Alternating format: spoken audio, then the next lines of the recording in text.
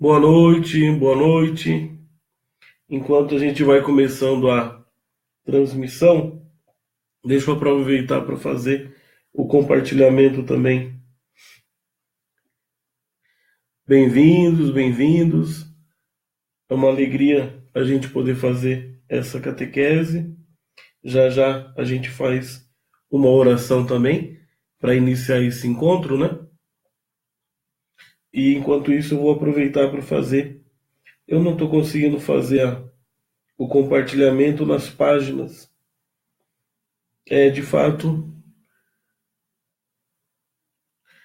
Bom, se alguém conseguir pelas páginas da paróquia, página a minha também, algum dos editores se tiver online, de fato não estou conseguindo fazer o compartilhamento. Estou vendo que o Sérgio já entrou, Cleiciane, boa noite para vocês, o Matheus, o pessoal está aí chegando aos poucos. Não sei se o som tá bom. Boa não tá a minha voz, né? Mas eu acho que o som tá bom e como diz a transmissão também, né? Olha lá, não estou conseguindo compartilhar como página.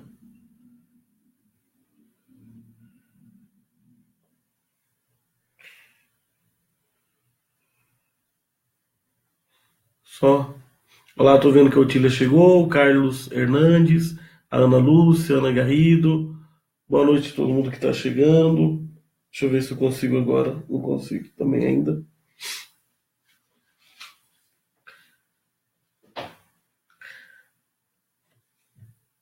Isso, boa noite, Deus abençoe. Estou vendo o pessoal chegando aí. A Isilda de Melo chegou, Deus abençoe. Paulo Teles. Hoje a nossa catequese, o tema é sobre a família. Algumas pessoas pediram, a Mariana entrando também. É... Vocês vão ter que perdoar porque a minha tosse ela está um pouquinho ainda indo e vindo. Mas algumas pessoas pediram para fazer uma catequese sobre a família, mas principalmente pensando nas coisas do nosso contexto, da nossa sociedade, que acabam interferindo um pouco no modo de pensar a nossa família, de viver a relação com a nossa família. Então, a gente vai começar. O ponto de partida é justamente as coisas da cultura que acabam interferindo na vivência da nossa família. E depois, aquilo que houver de pergunta, a gente tenta responder também. Eu já estou vendo o Lucas Hein fazendo, pedindo a bênção, mas já fazendo provocação também. Deus abençoe, viu, Lucas? O Murilo entrou, o Diego, a Carla, Mariana, Eduardo dos Santos, Reginaldo Tomé, Deus abençoe. Vamos iniciar fazendo uma oração. A gente reza 3 Ave-Marias, oferecendo a Nossa Senhora, as nossas famílias, as pessoas enfermas nas nossas casas, as pessoas que pediram as nossas orações. Então, em nome do Pai, do Filho e do Espírito Santo. Amém. É claro que nessa oração a gente também recorda o padre Atílio Berta, que foi enterrado hoje, né? Faleceu ontem e foi sepultado hoje. Ave Maria, cheia de graça, o Senhor é convosco. Bendita sois vós entre as mulheres, bendito é o fruto do vosso ventre, Jesus. Santa Maria, Mãe de Deus, rogai por nós, pecadores, agora e na hora de nossa morte. Amém. Ave Maria, cheia de graça, o Senhor é convosco. Bendita sois vós entre as mulheres, bendito é o fruto do vosso ventre, Jesus. Santa Maria, Mãe de Deus, rogai por nós, pecadores, agora e na hora de nossa morte. Amém. Ave Maria, cheia de graça, o Senhor é convosco. Bendita sois vós entre as mulheres, bendito é o fruto do vosso ventre, Jesus. Santa Maria, Mãe de Deus, rogai por nós, pecadores, agora e na hora de nossa morte. Amém. Nossa Senhora Aparecida, rogai por nós. São Pedro Apóstolo, rogai por nós. Em nome do Pai, do Filho e do Espírito Santo. Amém. Eu vejo aí o pessoal que foi chegando, a Ana Maria Silva, o Reginaldo, a Elisângela, o Breno, lá de Osasco. Um abração para toda a família, Breno. A Simone. Joia, gente. Então, A Arilda acabou de entrar também. Sejam todos bem-vindos, né? Como eu estava falando, o tema vai ser sobre a família, mas primeiro olhar um pouco algumas coisas da nossa cultura, da situação dos valores do nosso tempo, que acabam influenciando o modo como a gente vive, as relações dentro de casa. E depois, é claro, cada um tendo alguma pergunta, se a gente puder, a gente procura também dar alguma pista de reflexão, né? Perdão pela tosse, ela também vai fazer parte do conteúdo da catequese, com certeza. Enquanto isso, eu tomo um golinho do chá. Essa caneca bonita que não pode faltar em nossas catequeses, né? Paula Humphreys, Deus abençoe, que bom que você está acompanhando. A gente já fez uma oração aqui, estava pensando em você, pensando também em todo mundo que está acompanhando o nosso encontro. Abração para toda a família, viu? Eu vi que a Michele Citrinite chegou também, a Silvanira, Denise Aparecida, Missão Vocação, Angelina também chegou, João Batista. Então, olha só, dentro das coisas do nosso tempo e que influenciam bastante as relações familiares, a gente poderia falar de cinco coisas, né? Uma delas, a última, é a questão da liberdade também, mas isso acaba como uma espécie de consequência. Mas são cinco coisas, e a gente encontra onde, né? A gente encontra em análise de sociólogos, de filósofos, essas cinco características do pensamento, da nossa cultura, que atrapalham ou criam dificuldades para a nossa vivência como família. Então, a primeira coisa que a gente deveria dar uma olhada é o que o pessoal chama de relações líquidas. Essa palavra não é muito comum a gente usar no dia a dia, mas ela é uma espécie de comparação, né, entre um período em que você aceitava um tipo de relacionamento e nunca voltaria a avaliar, e aquilo se arrastava, e hoje você tem uma outra situação, que é aquela das relações que são como parcerias de prazer, parcerias de interesse, e que são bastante superficiais do ponto de vista de relacionamento mesmo. Por exemplo, né, o processo antes para você chamar alguém de amigo, né, era um processo longo. Você podia encontrar um colega na escola, no primeiro dia de escola, mas necessariamente não chamaria de amigo, né? Isso pensando já em alguém um pouco mais adulto, com mais consciência. Ia ter um certo tempo de conhecimento, algumas experiências, por exemplo, da pessoa mostrar confiança, mostrar fidelidade, mostrar que quer o seu bem, e de repente, depois de um longo processo de conhecimento, de partilha, de envolvimento, você chamaria essa pessoa de amigo, né? E se tornava quase que uma espécie de conquista, né? Hoje a gente tem uma outra coisa. Graças aos meios de comunicação em massa, qualquer contato você já dá a ele o status de amizade, né? Você diz que você tem tantos amigos no Facebook, mas ao mesmo tempo, naquele primeiro momento que aparece um conflito, um desinteresse, essa pessoa ela pode ser desligada. Então, quando a gente fala de relações líquidas, a gente fala dessas relações que às vezes parecem ter uma intensidade de valor, de significado, mas ao mesmo tempo elas são extremamente superficiais e tendem a ser rápidas, né? Você vai acumulando amigos, que amigos de verdade nem mesmo conhece, né? Agora, repara que esse pensamento, ele está presente na maneira da gente organizar muitas coisas do nosso dia a dia. Se você vai, por exemplo, ao supermercado e você vai comprar um tipo de comida, né, principalmente isso, você sempre está preocupado com o quê? Com o prazo de validade. Então você sabe que as coisas elas se desgastam, elas se deterioram. A comida é assim, e essa maneira de pensar ela acaba voltando para o nosso modo de relacionar. Então a gente se relaciona enquanto existe o interesse comum de um lado ou de outro. Alguém vai dizer, mas daria para se relacionar sem pensar nisso? Bom, essa forma de pensar é uma característica do nosso tempo. Outras épocas, outras formas de relacionamento existiam e não se configurariam como hoje a gente fala de um relacionamento líquido. A experiência disso, a gente pode dar mais um exemplo. O fenômeno entre os jovens daquilo que chamam de ficar. Não é uma relação sólida, é uma relação líquida. Não é uma relação de estabilidade, é uma relação de um interesse provisório. E até que você não encontre uma outra coisa mais interessante, ou não vá dando passos que tendem a mudar um pouquinho a conotação desse relacionamento, né? Às vezes algum jovem vem e diz assim, padre, e agora? Eu estou ficando. É pecado ou não é? Né?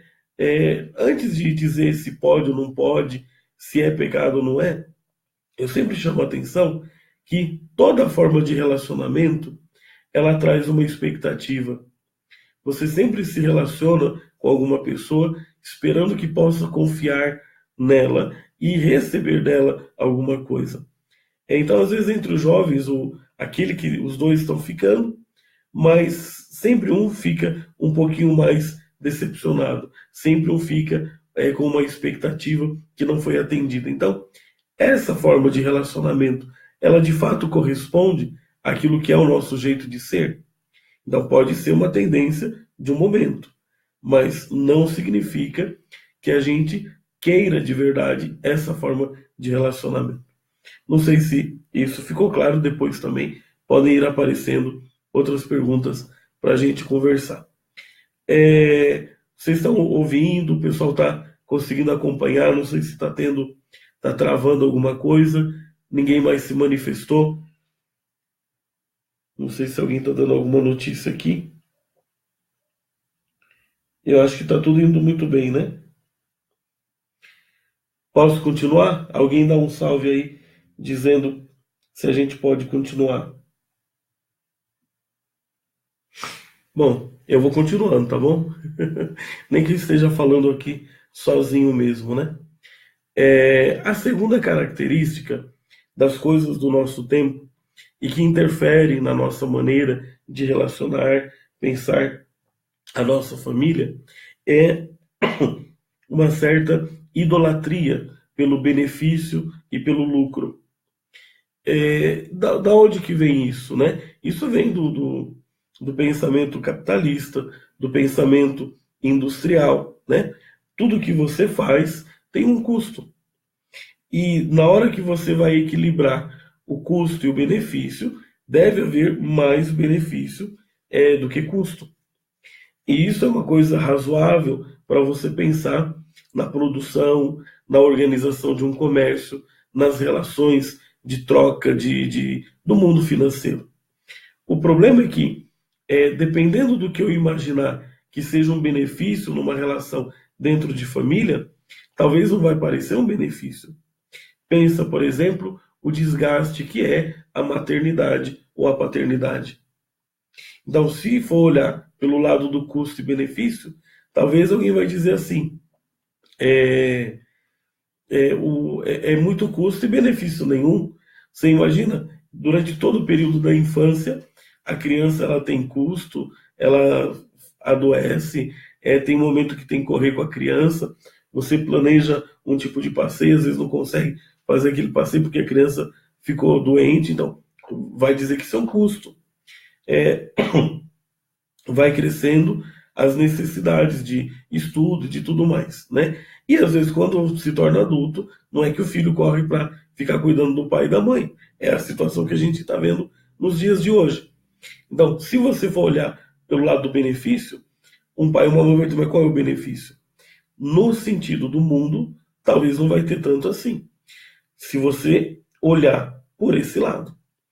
É claro que se você olhar pelo lado do significado, do relacionamento, de uma criança que é seu filho, que é sua filha, que nele você coloca quase que uma espécie de renovação da sua própria vida, né? Então aí sim o benefício é altíssimo, mas dentro de uma lógica muito própria, uma lógica cristã, uma lógica humanista, com certeza. Dentro de uma lógica comercial, não. Tanto é que qual que é o grande slogan das pessoas? Tomar cuidado com o número de filhos. Porque pode ser que, aos olhos de alguns, é, perdão, o custo, o sacrifício é muito maior do que o retorno. Então é uma outra coisa que fica presente na cabeça das pessoas, na maneira de conviverem, de pensarem a própria família.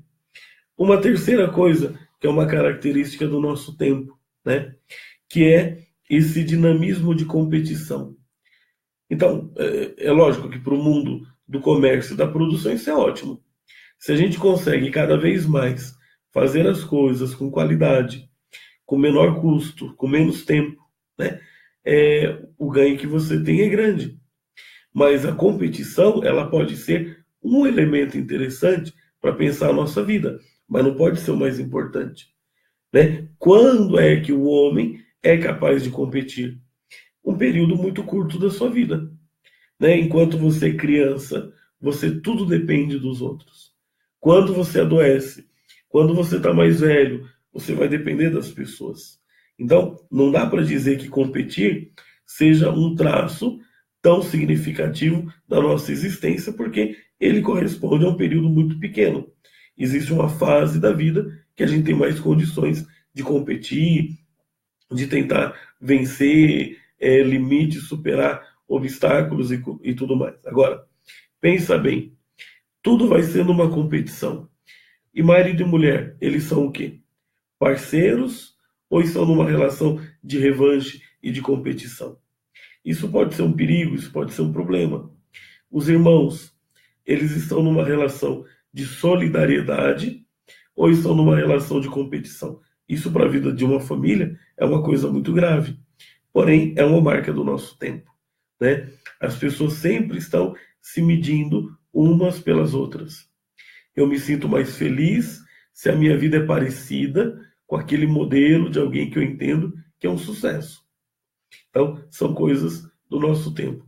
Um segundo para o chá, fazendo favor. Depois, não é tão diferente das anteriores, mas é o pensamento, e aí a quarta característica é da produtividade, da utilidade. O nosso tempo faz a gente se perguntar se as coisas funcionam. E só valem a pena as coisas que estão funcionando. Mas, estou vendo a Paula provocar a minha caneca, deixa a minha caneca em paz. Estou vendo que a Sueli, a Dina entraram, a Irene. Isso, gente. Obrigadão pela presença, a Wanda Bezerra também. Então, essa coisa da produtividade e da utilidade, ela serve para um tipo de contexto. Mas o que é útil, por exemplo, é, como critério para avaliar as nossas relações, é um perigo. Né? Um bebezinho, ele não é útil. A vida humana ela não pode ser medida por utilidade. Ela tem um valor de dignidade, ela tem um valor numa outra ordem de raciocínio e de pensamento. Né? Porque senão, imagina o momento em que eu não possa oferecer o que eu estava acostumado a oferecer. Aí eu vou dizer o que, bom, já que eu não tenho aquilo que eu poderia oferecer antes, a minha vida não está valendo mais nada. E olha que a gente tem um pensamento engraçado. A gente não se importa, e que bom que é assim, né, em ajudar os outros. Mas no momento em que a gente precisa de ajuda, às vezes a gente tem uma dificuldade de aceitar. Então, às vezes eu até entendo que eu quero cuidar de uma pessoa enferma. Mas na hora que eu me sinto enfermo, na hora que eu estou precisando dos cuidados, percebe como existe, às vezes, uma verdadeira luta interior para a pessoa aceitar essa condição, esse momento da vida dela. Eu estou vendo que a voz está ficando esquisita. Depois, a quinta identidade, ou perdão, a quinta característica, a gente poderia chamar de identidade fraca. A nossa época, ela está perdendo aquela coragem de marcar uma opinião, de marcar um pensamento. Então, para a gente não ser violento, para a gente não ser acusado de ser violento, para a gente ficar bem na fita, ninguém defende nada. Tudo começa a ser aceitável, tudo começa a ser nivelado. É, eu posso dizer que isso é uma caneta, mas se você disser que isso para você só vale como um enfeite de geladeira, você vai dizer que isso é um enfeite de geladeira e eu não vou poder discutir muito. A gente vai entrar no acordo que, para mim, isso é uma caneta, para você isso é um enfeite. Agora, isso de fato é o quê? Caneta e enfeite ao mesmo tempo? Né? É a aplicação das palavras. Né? Você olha alguém que pega um cachorrinho e chama o cachorrinho de meu filho. Então, eu posso de fato atribuir a um animal o qualificativo de filho, e sendo que a ideia de filho é alguém que é da mesma natureza que o outro, que recebeu a sua existência de uma mesma natureza. Porém, as pessoas dizem, e ainda tem gente que fala que o cachorrinho que a filha tem é netinho, né? Não vou aqui discutir se a pessoa está certa ou está errada, porque a gente está nessa época que a gente tem medo, a gente desconfia que as coisas elas têm um único nome. Então tudo se torna aceitável. Né? Então qualquer coisa você atribui a palavra amigo para qualquer relação, para qualquer situação. Você atribui a palavra sucesso para qualquer tipo de experiência, mesmo quando foi uma experiência injusta. Por exemplo, fulano derrubou o outro na empresa e ele experimenta aquela promoção e chama isso de sucesso. Em outras épocas você chamaria isso de outra coisa. Então, são 5 características que eu comentei um pouco e agora, nesse momento do bate-papo, vocês podem também fazer as perguntas. Primeiro, as relações líquidas. Segundo, a idolatria do lucro e do benefício. Terceiro, competição. Quarto, produtividade e utilidade. E quinto, a identidade fraca. A consequência disso tudo é que seria uma última característica, ou o produto geral disso, uma ideia de liberdade como independência, não compromisso. Né? Então, o nosso momento, ele pensa que ser livre é poder fazer qualquer coisa, mesmo algo até que me destrua. Entende liberdade apenas como escolher, não entende liberdade como orientar-se para o melhor que eu posso ser, para o melhor que a minha vida ela pode me oferecer. Tá joia? Vamos ver agora se vão aparecer alguma pergunta, alguma dúvida. Vocês estão conseguindo acompanhar bem o som?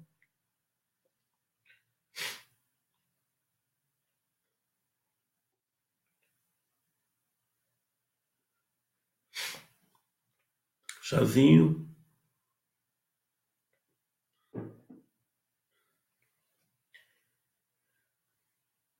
E aí, pessoal?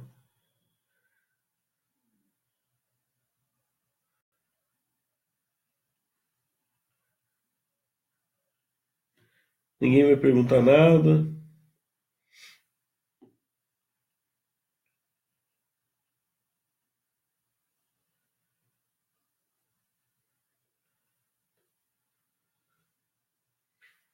Olha lá a pessoa entrando, falando alguma coisa. Ou o tema foi bem chato? Com um pouco assim, né, de características sociais dos desafios da família, né, nos dias de hoje. É que eu não estou conseguindo visualizar a pergunta aqui.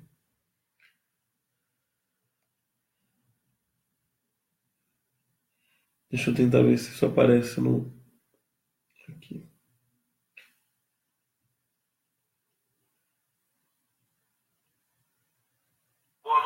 Opa, eu tenho que. Não vai dar. Ia dar microfonia aqui.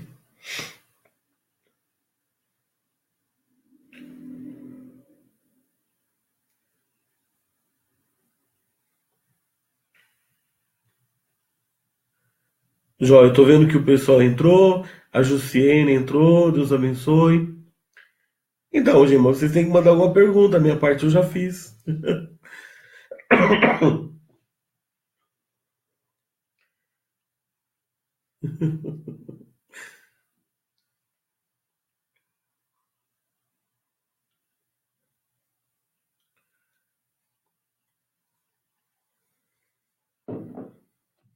Bom, se não tem dúvida, a gente vai encerrando por aqui o nosso encontro. E rezar para que as nossas famílias, como diria ontem São Paulo na segunda leitura, convivendo com o mundo, não se conforme com o mundo, mas se transforme, renovando a sua maneira de pensar, a sua maneira de enxergar, a sua maneira de enfrentar a realidade das coisas, não é verdade? Então agradeço a companhia de vocês. Vamos rezar uma Ave Maria para fecharmos esse momento. Que Nossa Senhora nos acompanhe sempre, ajude a nossa família a conviver com todas essas coisas, mas sair também unida e vitoriosa, tá certo? Vamos rezar uma Ave Maria. Ave Maria, cheia de graça, o Senhor é convosco. Bendita sois vós entre as mulheres, bendito é o fruto do vosso ventre, Jesus. Santa Maria, Mãe de Deus, rogai por nós, pecadores, agora e na hora de nossa morte. Amém. Nossa Senhora Aparecida, rogai por nós.